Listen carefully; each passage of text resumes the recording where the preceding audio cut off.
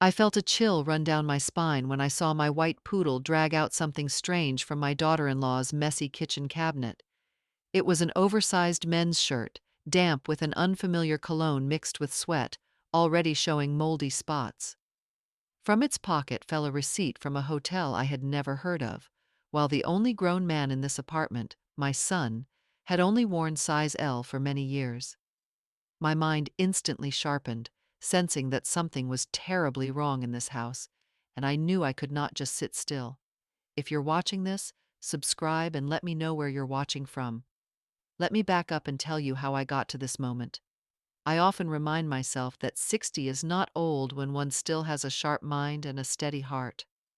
After my husband passed away, I carried the weight of both grief and responsibility, inheriting the vast fortune he had built. In New Jersey, I chose to live alone, not in isolation but in quiet strength, cultivating independence while watching over the family name. Christopher, my only son, had always been the center of my devotion. For years, I supported him financially without hesitation, believing it was my duty as a mother and also a way to secure a safer future for him and his children. Yet beneath the surface of generosity, there was always a quiet discipline within me. Each time I sent money, I printed the bank statements and filed them carefully. Each bill paid was folded into a growing binder. Every email exchange was saved in folders with dates and notations. At first, these habits were simply my way of keeping order, a comfort born out of my years managing a household with precision. Over time, however, I began to see them as a silent form of protection. I knew from the way Christopher avoided certain conversations or quickly changed subjects that his life was more tangled than he admitted. Mothers sense these things before words are spoken. Christopher, at 35, had the temperament of a gentleman, calm to the point of letting life carry him wherever it wished. His work demanded constant travel, so much that weeks could pass without him sleeping in his own bed. When he was away, the house became Amelia's kingdom. She did not work and never seemed to feel the need. Instead, she wrapped her days in a rhythm of consumption, new clothes arriving in glossy bags, lessons for the boys in painting or piano signed up with my name written on the checks. Each time she came to me, her voice was sweet and her eyes bright with practiced gratitude. She would say it was for the children's enrichment or to recover from losses in Christopher's business trips. At first I wanted to believe her, even felt touched when she would send a scarf or a box of tea as a token of thanks. Yet I could not ignore how the requests grew more frequent and the amounts grew larger. Her words were polished, but behind them I felt a hollow echo. She carried no sense of building for the future, only of drawing from what I had. I often wondered how Christopher would react if he knew the true scale of what she asked from me. Perhaps he trusted too blindly. Perhaps he thought his absence excused him from noticing. In truth, Amelia's pattern was becoming clear. Her comfort rested not on her own effort, but on the well of my inheritance. She clothed her dependence in excuses that sounded noble, but carried little weight when examined closely. I watched her carefully, storing each memory alongside my records, understanding that appearances could not hide the quiet truth that she was shaping a life of ease entirely upon my shoulders. I remember the day I handed Christopher the deed to the Pennsylvania apartment. It was a gift wrapped not in paper, but in the strength of my financial authority and in the warmth of my love. I wanted him to begin married life with stability, a roof of his own, something that showed both my support and my quiet reminder that I held the means to protect him. Normally, I visited only twice a year, each time arranged in advance, my presence polite and careful so as not to intrude.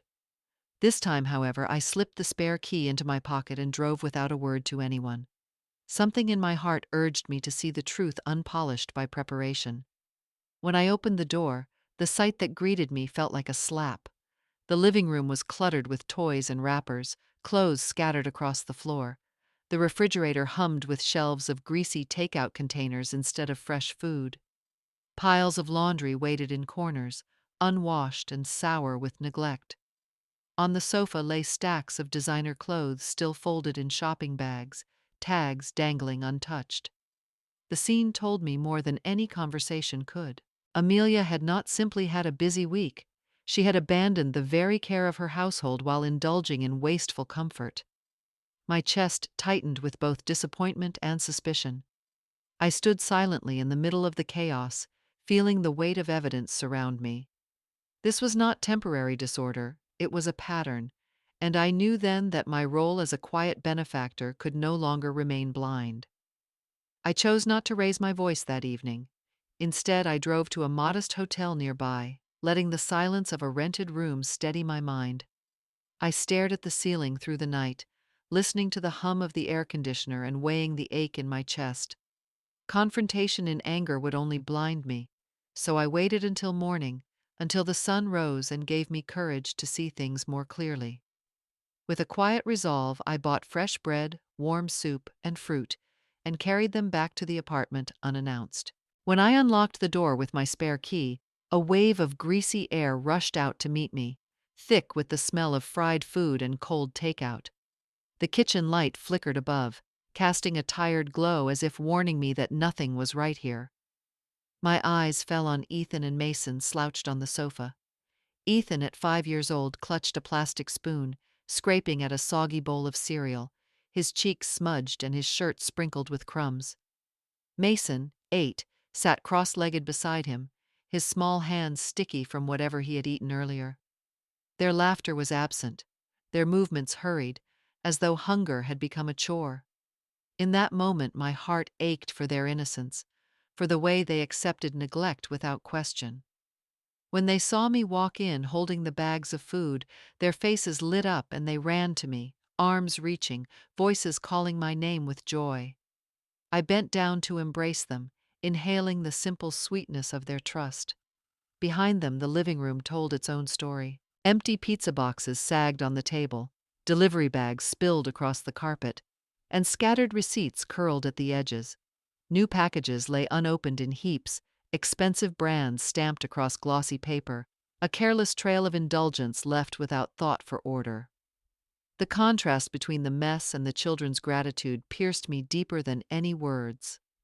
I stood in the doorway, letting the scene imprint itself on my memory, understanding with painful clarity that this was not the chaos of one exhausting day. This was routine, a pattern where children were left to fend for themselves, and a home turned into nothing more than a place for transactions and consumption. In silence, I served the boys hot soup and warm bread, watching them eat with delight. I kept my voice calm, but inside I knew I could no longer ignore what was unfolding before me. For several days, my calls to Christopher went unanswered.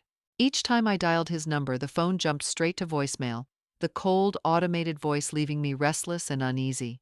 When I asked Amelia where he was, she brushed the question away with a quick answer that he was on a business trip. Her tone, however, wavered, the edges of her voice thin and unconvincing. I pressed gently for details, dates, or destination, but she shifted in her seat and offered nothing solid. Later, as I pointed to the stack of receipts on the table, Amelia snapped out responses that tangled into one another. At first, she claimed it was just a busy weekend. Then, moments later, she said they had friends over, and not long after, she muttered that the bills were for plumbing repairs. The contradictions layered one on top of the other until they collapsed under their own weight. I said little, only nodding, but my silence was deliberate. I watched her closely. When I stepped toward a shelf, her body jerked slightly. She bent quickly, trying to cover a folder with loose papers, her eyes darting away from mine, her hands trembling as though the pages themselves carried secrets. I let the moment pass without comment, yet in my mind I recorded every gesture, every hesitation, every pause between her words. I knew from long years of careful living that nervous behavior rarely exists without a reason. Each inconsistency became another mark in my growing mental ledger, a set of psychological notes that told me Amelia was not simply careless or overwhelmed. She was hiding something, and my patience was no longer just a virtue, but a weapon. The apartment had grown quiet after Amelia ushered the boys off to school, her perfume still lingering faintly in the air. I stayed behind, tidying a few dishes to steady my nerves when my poodle began to bark sharply. His small body darted toward the kitchen cabinet, paws scratching as if he had discovered prey. I bent down just as he tugged out a crumpled shirt far too large for anyone in this home. The fabric was heavy, men's cotton, size XXL. I pressed it to my nose, and the unfamiliar scent of cologne mixed with stale sweat drifted up, a smell that had no place here. As I examined the shirt, a slip of paper fell from its pocket and landed at my feet. I picked it up and felt my pulse quicken. It was a hotel receipt, the date stamped clearly in the corner, a date that matched exactly the week Amelia claimed Christopher was traveling for work. My hands trembled, but my mind sharpened. Christopher had worn the same size for years, a medium at most, and there was no earthly reason this enormous shirt should be folded away in their kitchen. I placed the shirt flat on the counter and carefully photographed it, the tag and the receipt, capturing the time and date on my phone. I folded both items into a plain bag and slid it into my purse, the habit of preserving evidence rising naturally in me. It was the first physical clue that Amelia's words might be more than careless lies. They might be deliberate deception. I took out my leather notebook, the one I had kept for decades, and wrote the details with precision. Location, time, objects found, her prior statements, all linked together in my careful hand. My late husband used to say that discipline is the armor against betrayal, and as I wrote, I felt his wisdom guiding me. The poodle curled at my feet, tail wagging as though he knew he had served me well. I stroked his head, whispering my gratitude, while my thoughts turned to the steps ahead. This would not be shared yet, not with Amelia, not with anyone. But when the time came to place these pages and photographs before a detective and a lawyer, I would have the chain of evidence secured. The discovery of that oversized shirt and the hotel receipt left no room for hesitation. That night in my hotel room, I sat at the desk, phone in hand, and searched for a private investigator whose reputation was built on discretion and integrity. I contacted a seasoned detective, explained briefly that I needed evidence of neglect, not scandal, for the sake of my grandchildren's safety. His calm voice reassured me, and together we set an initial plan. The first priority was not gossip or personal vindication, but a clear record of Amelia's daily conduct, especially the way she treated Ethan and Mason. The next morning I met with him over coffee, sliding across the table a folder of my notes, photographs, and the timeline I had already prepared. He studied them carefully and nodded, saying this was the kind of foundation that turned suspicion into admissible proof. I felt a measure of strength return, as if I was not alone in this anymore. At the same time, I scheduled a meeting with my attorney, a man I trusted for years. I told him about the detective and the intention to install hidden cameras in the apartment's common areas. He reminded me firmly about state laws on surveillance. That video without audio in shared spaces like hallways and living rooms could be admissible, while bedrooms or private calls were off limits. I listened, taking notes, determined that everything must be beyond reproach. Later that week, I returned quietly to the apartment under the guise of dropping off groceries. With the detective's guidance, small cameras no larger than a coin were placed discreetly on a bookshelf, near the entryway, and above the living room light fixture. Each was aimed not at prying into secrets, but at documenting whether the children were fed, watched, and cared for. As I left, I patted the poodle's head, whispering that soon the truth would reveal itself. My heart was heavy, yet steadied by the knowledge that what I did now was not revenge, but protection, the kind of protection any grandmother must give when silence and denial were no longer safe. The detective wasted no time once our agreement was sealed. Within days, he provided me with preliminary notes that read like the outline of a story I had not wanted to see. He began by pulling public records and financial trails, focusing on Amelia's sudden expenses and any transactions linked to a man named Edward, the neighbor I had once dismissed as unimportant.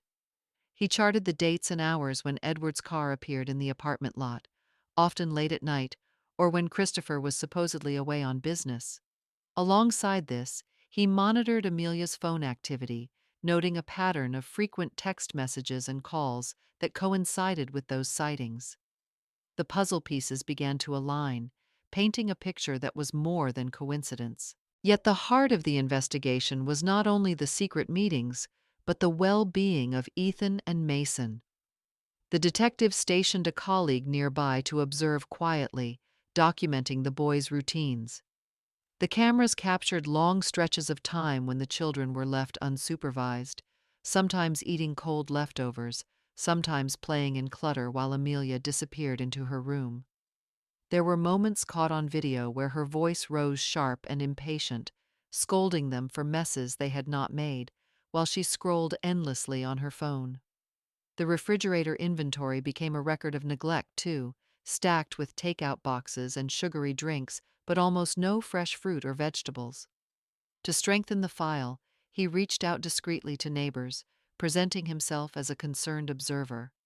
Some admitted they often heard the children crying late into the night. Others recalled seeing them wandering the hallway in wrinkled pajamas. Every detail was catalogued, photographs time-stamped, witness statements signed. When the detective slid the folder across the table to me, my hands felt heavy holding it. It was not just betrayal between adults anymore. It was evidence of harm to the innocent. My eyes blurred with a mix of fury and sorrow, but inside me a steel resolve grew. The record was taking shape page by page, and soon the truth would speak for itself in a way no excuse could silence. I carried the folder of evidence back to my hotel and locked it away in the safe, my mind racing yet disciplined. From that moment forward, I knew I could not reveal a single step of the plan, not even to Christopher when he finally resurfaced, because secrecy was the only shield for Ethan and Mason. Whenever I visited the apartment, I made sure to bring proper meals, sitting with the boys as they ate warm food instead of the cold scraps they had grown used to. I read to them at night, helped Mason with his homework, and listened patiently to Ethan's endless questions. Their eyes began to brighten again, small signs that care could undo neglect if given consistently. At the same time, I quietly maneuvered to keep Edward at a distance. If he appeared near the building, I adjusted my visits to overlap, ensuring the children were never left alone in his shadow. Each small action was deliberate, calculated to protect without alarming Amelia. She remained unaware that every careless word and every moment of absence was being recorded, catalogued into the chain of evidence I was building. I understood deeply that the court would demand not fragments but a continuous line, proof with dates, sources, and credibility beyond doubt. I already had the photographs of the shirt, the hotel receipt, the videos of neglect, the testimony of neighbors, and I knew this chain had begun that very night when I first walked into the chaos and saw the truth beneath the surface. My notebook grew heavier with each entry, my phone filled with time-stamped images, and my heart steeled itself for the confrontation to come. I loved my grandchildren too much to allow silence to be my answer. So I smiled when Amelia offered her sugary words, nodding as though I believed her, all the while recording every detail in the quiet vault of my preparation dot. The report arrived in a sealed envelope, thick with pages that smelled faintly of ink and caution. I spread the papers across the desk in my hotel room and began to read. At the top was his name, Edward, underlined in bold letters. The detective had traced his background with precision, revealing that he was recently divorced, a man who seemed to drift from place to place, never planting roots for long. He had opened and closed a string of small businesses over the past decade, ventures that carried vague descriptions like consulting or import services, enterprises that disappeared as quickly as they appeared. His movements mapped out a life of instability, a man living on the edges of respectability while cloaking himself in the appearance of normal suburban charm. Further down the pages lay the legal history, each line a testament to the shadows he carried. Several civil suits were documented, most involving disputes over unpaid debts or accusations of fraudulent contracts. The detective had pulled copies from local court records, and I scanned the names of plaintiffs, the judgments that never seemed to be fully resolved. Though not criminal convictions, the pattern was unmistakable. Edward operated with a slippery kind of cleverness, always one step ahead of permanent consequences, yet leaving enough traces to expose his habits. The more I read, the clearer his portrait became. He was not just a neighbor, not just a divorced man with bad luck. He was practiced in creating illusions, weaving businesses to attract money, then abandoning them when scrutiny grew too close. I thought of Amelia's evasive tone, the hotel receipt, the oversized shirt. Suddenly the puzzle pieces fit too neatly. She had not stumbled into the company of an ordinary friend.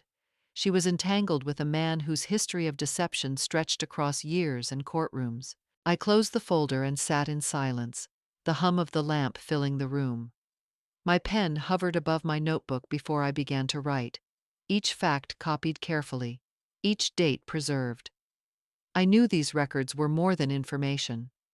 They were the foundation of a case, the story of a man who had walked into my family's life with charm on his lips and fraud in his past. The second report from the detective struck harder than the first. He laid out Edward's financial web in neat charts, arrows stretching from one bank account to another. Some were in his own name, others tied to shell LLCs that seemed to exist only on paper. These companies had no websites, no employees, no real services, yet they received steady flows of cash deposits. What chilled me was the timing. Each influx of money into Edward's accounts coincided almost perfectly with the weeks when Amelia came to me asking for help. The sums she claimed were for tutoring or household repairs reappeared days later, funneled into his shadowy businesses. It was as though every dollar I gave her was quietly diverted, feeding a scheme built to drain me without leaving fingerprints. The detective then turned the page to Edward's employment history. Before drifting from job to job, he had worked for a small insurance brokerage, a detail that seemed minor until its weight became clear. With that background, he knew the loopholes, the way policies could be written and exploited. Using that knowledge, he and Amelia had taken a step so sinister it left me cold. The investigator uncovered applications for a life insurance policy in Christopher's name. The beneficiary listed was Amelia alone. My breath caught as I stared at the document. To see my son reduced to a line in a contract, his life measured as potential payout, was almost unbearable. The policy had been filed shortly before Christopher's most recent trip, the one Amelia had described with such flimsy excuses. I sat in silence, fingers pressed against the papers as though the ink might burn. My mind replayed every moment I had doubted her, every excuse she offered, every time she smiled while taking money from my hands. Now I saw the depth of their collusion. This was no longer mere neglect or betrayal of vows. It was a calculated conspiracy, one that used the tools of finance and insurance to set a trap around my only son. I picked up my pen and wrote the date, the details, and underlined one phrase in my notebook: motive confirmed. The chain of evidence was tightening, and with it my resolve. The footage arrived on a small drive, handed to me discreetly by the detective over coffee. That night I sat alone in my hotel room, my hands trembling as I slid it into my laptop. The screen flickered to life, showing the dim glow of the hallway outside the apartment. The timestamp read a little past 11 at night, the exact week Christopher was out of town. I watched as Edward appeared, shoulders hunched, carrying a dark bag slung over one arm. He hesitated only briefly before Amelia stepped into frame, glancing nervously up and down the corridor. For a moment she froze, as though listening for footsteps. Then, with a sudden urgency, she pulled him inside, closing the door firmly behind them. The minutes ticked by, the hallway still and silent, the door shut tight. Nearly an hour later the door opened again. Edward slipped out, hair disheveled, adjusting his jacket, while Amelia leaned briefly into the hallway before retreating back inside. Their gestures told a story words could never mask. Her hand brushed his shoulder, his eyes lingered on hers, small movements caught forever on the lens. I felt my chest tighten as I replayed the sequence, not out of shock, but out of confirmation. The image was undeniable, stronger than rumor or suspicion. It was evidence, time-stamped, continuous, and captured legally within the boundaries my lawyer had explained. I paused the video, staring at Amelia's face frozen mid-frame, her expression both reckless and careless.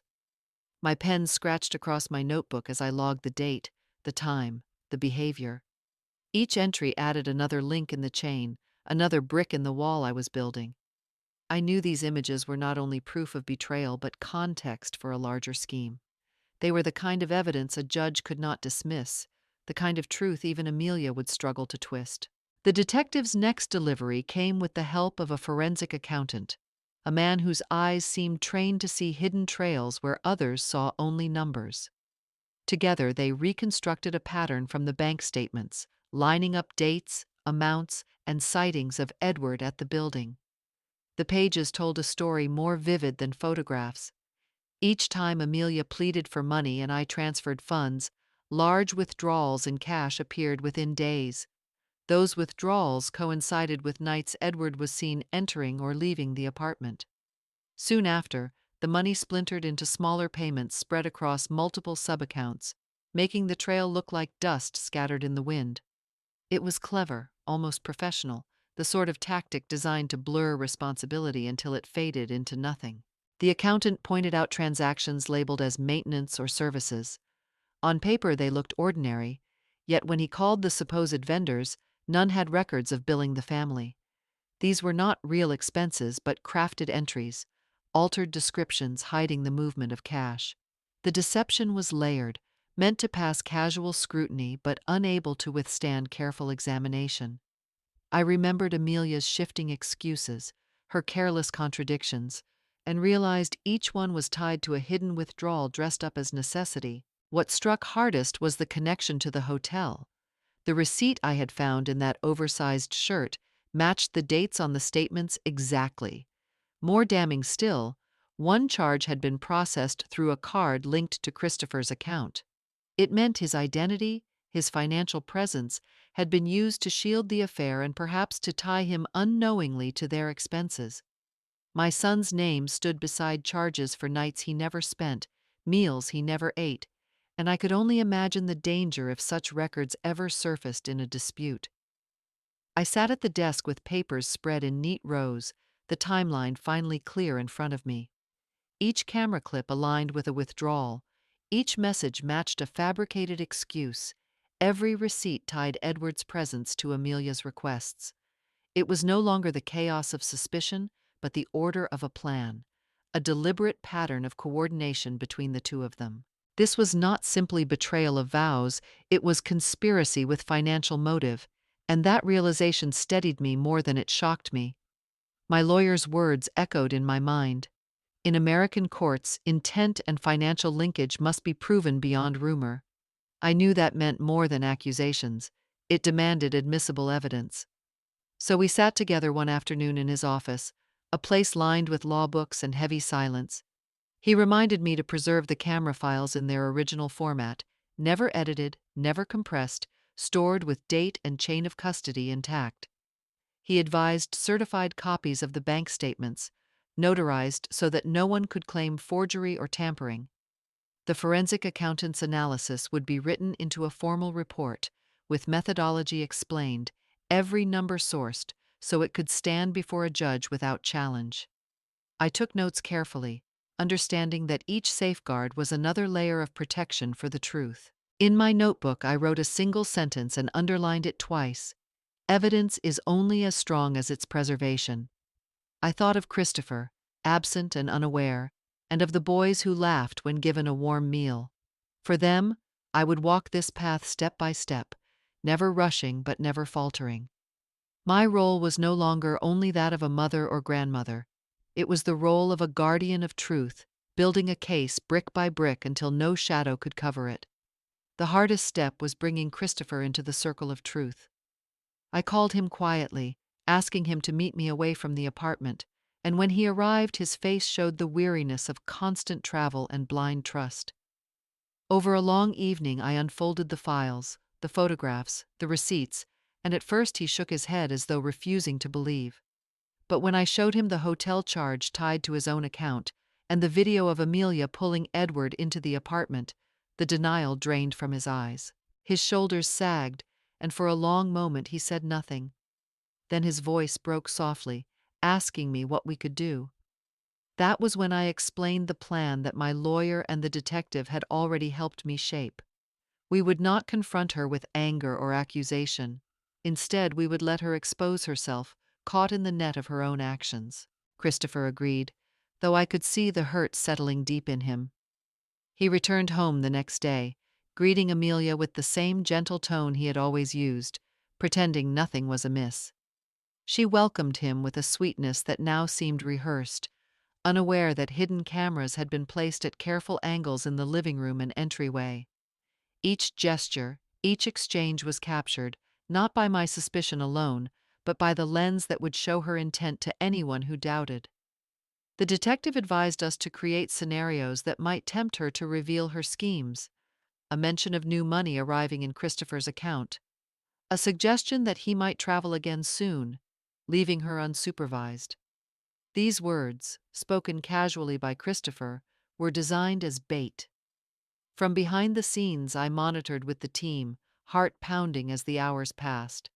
It was not easy to watch my son play the role of a trusting husband, but it was necessary. The cameras recorded everything, preserving each subtle sign of deception. The trap was set, and all we needed was time. It was only a matter of days before the hidden cameras revealed the next layer of their scheme. One evening, Amelia appeared on screen holding a shoebox, her smile carefully measured as she presented Christopher with what she called a thoughtful gift. The shoes looked identical to the pair he wore to work every day, polished leather with neat stitching, yet the detective's camera caught her pressing her fingers against the soles as if testing them. Later, when the box was left open, the lens zoomed in and showed the difference.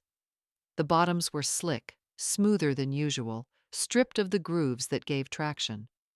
That night she suggested they take the stairs, claiming the elevator was under maintenance. The footage recorded her glance toward the stairwell with a hint of expectation, her hand lightly brushing the banister as if rehearsing the fall she imagined. The second piece came from outside. Another camera, placed near the parking area, captured Edward bending over Christopher's car. He moved quickly, his body shielding the angle, but the detective's equipment caught enough. His hands worked under the frame, pausing, then tugging, as though tampering with something hidden. When he walked away, wiping his palms on a rag and sliding it into his bag, the implication was unmistakable. He was interfering with the brakes. I watched the recordings with my lawyer at my side, my breath shallow as each detail unfolded. Christopher, still unaware, had thanked Amelia for the shoes and laced them on without question. The sight chilled me, knowing that every step could have been his last if not for the vigilance we had already put in place. My lawyer pressed pause, leaned back, and said quietly that this was no longer just financial exploitation. This was attempted harm, a case that reached beyond betrayal into criminal intent. I wrote the words in my notebook with a steady hand: planned accident, recorded evidence, corroborated by financial trail. The chain of proof was no longer fragile. It was becoming iron. Christopher had always trusted too easily, but this time he listened to me. Because we had prepared, because every word had been rehearsed with care, he escaped what could have been two carefully staged tragedies. He avoided the new shoes when the detective quietly warned him of the altered soles, and when Edward tampered with the car brakes, the mechanic we had hired to double-check saved him from a crash that might have ended his life. The moment he realized the danger was real, he went straight to the boys' room, gathered Ethan and Mason with trembling hands, and drove them not back home, but to the hotel where I had been staying. When they ran into my arms, I felt the relief flood my chest, knowing they were safe for now. That night, Christopher and I sat together at the table, the detective and my lawyer joining us, spreading out the evidence like a final map of betrayal. The hidden camera clips showed Edward's late-night visits, the gestures with Amelia at the doorway, the moment she pulled him inside. Another recording displayed her giving Christopher the slippery shoes, her eyes darting toward the stairwell. The parking lot footage froze Edward at the car, hands moving where the brakes were later found loosened. Alongside those images lay the hotel receipt I had pulled from the oversized shirt, the text messages extracted from her phone records, each one lined with coded language that now spoke plainly of their conspiracy.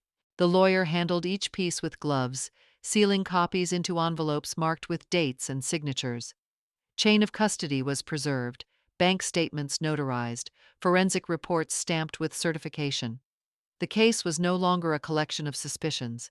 It had become a file thick enough to fill a courtroom bench, a narrative of intent, preparation, and attempt. When the petition was drafted, naming both Amelia and Edward, I watched Christopher sign his name with a hand that shook yet did not falter. He looked at me and whispered that he finally understood why I had been so patient, so careful, building each step until the truth could no longer be denied. The courtroom was hushed when Amelia took the stand. Her voice trembled yet tried to sound sweet, weaving excuses about misunderstandings, about exaggerated suspicions. She denied knowing anything about Edward's late-night visits, claimed the hotel receipts were Christopher's own business trips, insisted the shoes were simply a gift gone wrong. For a brief moment some jurors shifted, as though considering her story.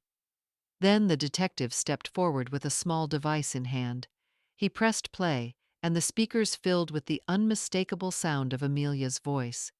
She was speaking to Edward, the tone low but clear. They discussed setting the stage so that an accident would look natural, so that insurance could be claimed without questions. Her words, captured cleanly, stripped away every pretense. Edward's replies confirmed the scheme, mentioning the brakes, the shoes, and the payout. The silence in the courtroom grew heavier with each sentence. Next, the lawyer laid out the evidence in sequence. The video of Edward tampering with the car, the footage of Amelia pulling him into the apartment late at night, the receipts certified with official seals, and the forensic accountant's report tracing the money from my account into Edward's shell companies. Every document had been notarized, every file preserved in its original form, the chain of custody intact. The judge nodded at each piece, acknowledging their weight. Amelia's face drained of color as the wall of proof surrounded her. When the prosecutor signaled, uniformed officers stepped quietly to her side. The arrest was calm, no raised voices, no struggle. She was escorted from the room while Edward, already seated with his lawyer, received the same fate moments later. My attorney explained softly that this was a temporary hold, designed to prevent interference with evidence and to ensure safety, but the foundation was strong. Each step had been done by the book, carefully aligned with state law, so that the case would stand firm against any appeal. I watched from my seat, my hands clasped tightly in my lap. The weight of months of fear and preparation eased slightly, though not fully. Justice was not yet finished, but the path was clear. For the first time I felt the system recognize the danger that had lived in my home, and I knew my grandchildren would sleep safer tonight. The proceedings moved swiftly once the charges were filed. Amelia and Edward were formally indicted for conspiracy to commit insurance fraud and for reckless endangerment, crimes that carried penalties far beyond fines. The prosecutor outlined the severity, reminding the court that this was not a simple betrayal, but a premeditated plan that risked human life for money. Christopher sat beside me, his face pale yet steady, as the judge ordered both defendants into custody pending trial. The weight of the case was overwhelming, and the implications were clear. Prison was not just possible but likely, and Amelia's role as a mother was about to end in disgrace. The courtroom became the stage for their undoing. There was no escaping the clarity of the evidence. Her friends, who once praised her charm, now lowered their eyes. Family members shifted uncomfortably, unable to defend her when her own voice condemned her. The polished image she had crafted for years collapsed in a matter of minutes. The lawyer for the children's welfare spoke firmly, presenting the neglect caught on camera, the testimony from neighbors who had heard them crying, the stacks of takeout boxes that passed for meals. The request was simple and devastating. Amelia was unfit to parent. The judge agreed, stripping her of custody, placing Ethan and Mason under Christopher's sole care with my assistance. My heart ached for the boys, but relief followed quickly, knowing they would no longer be pawns in her schemes. As the gavel struck, the sound echoed like a final seal on months of anguish. The courtroom buzzed with whispers, reporters scribbling notes, but I sat still, my eyes fixed on Amelia. She stared ahead, her face drained of color, reputation shattered beyond repair. For all her plotting, for all her pretenses, she was now nothing more than a defendant facing years behind bars, and her fall was complete. Christopher moved through the days after the trial like a man learning to walk again. The betrayal had cut deep, leaving scars that no verdict could erase, yet he faced the reality with a quiet strength I had not seen in him before. He admitted to me in hushed tones that for years he had chosen blindness, convincing himself that Amelia's excuses were harmless. Now, stripped of illusion, he knew his task was twofold: to heal the wound in himself and to rebuild a safe world for Ethan and Mason. I watched him rise early, making their breakfast with clumsy but determined hands, packing lunches, tying shoelaces. The boys looked at him with new eyes, cautious at first, but slowly they leaned into his presence, sensing that their father was learning how to be steady again. The children settled into my home with a rhythm that felt both fragile and hopeful. I set up twin beds in the spare room, decorated with simple quilts, and filled the shelves with books and toys. The sound of their laughter began to echo through halls once too quiet, their drawings pinned proudly to the refrigerator door. Christopher joined them on the floor in the evenings, building towers of blocks, reading aloud from picture books, sometimes his voice breaking when a memory rose unbidden. I stayed close, guiding gently, reminding him that children do not need perfection, only love and consistency. Neighbors and friends visited, offering support, their presence a reminder that justice was not just about punishment, but about restoration. People saw that despite the pain, our family had chosen to protect its youngest members, to give them the stability denied in their early years. As I tucked Ethan and Mason into bed one night, their small hands clutching mine, I felt the truth settle deeply. Fairness was not only in the courtroom, but in the daily care we now provided. The cycle of harm had been broken, replaced with attention, warmth, and a promise that they would never again be left in shadows. Christopher, standing in the doorway, whispered that he would not fail them again. His voice was heavy, but his eyes carried resolve. For the first time in a long time, I believed him. I returned to New Jersey with my small white poodle trotting faithfully at my side, the long ordeal finally behind us. The sun was setting over my garden, the sky painted in strokes of gold and crimson, light catching on the leaves and vines I had tended for years. I walked slowly along the familiar path, feeling the quiet press against me after so many months of turmoil. The boys were safe with Christopher now, their laughter filling a new rhythm of home, and I knew I had restored balance where chaos once threatened. Yet as I paused by the roses, breathing in their faint fragrance, a question stirred in me. Justice had been served, the guilty unmasked, but the ache inside my chest did not vanish with the gavel's strike. I had carried my family back from the edge, but scars do not fade simply because truth has been spoken. I bent to pat the poodle, his fur warm against my palm, and wondered if peace could ever grow from the soil of betrayal. My voice rose only in my mind, asking the silence around me what justice really means. I had proven strength, I had protected what mattered, but had I also hardened myself beyond forgiveness? Can vengeance and healing ever walk side by side, or does one silence the other? I do not yet know. The horizon glowed brighter for a moment before the light slipped lower, a reminder that days end but wounds remain. I knew many women like me have faced the sting of betrayal within their own families, some silent, some fierce. So I turn the question outward, to those who have lived their own trials. Does revenge truly bring peace? Would you have done as I did, gathering proof, fighting step by step, or would you have chosen another road, perhaps forgiveness, perhaps silence? Share your story, your truth, and your choice. Let us speak of betrayal and of courage, of wounds that shape us and of the ways we try to mend them.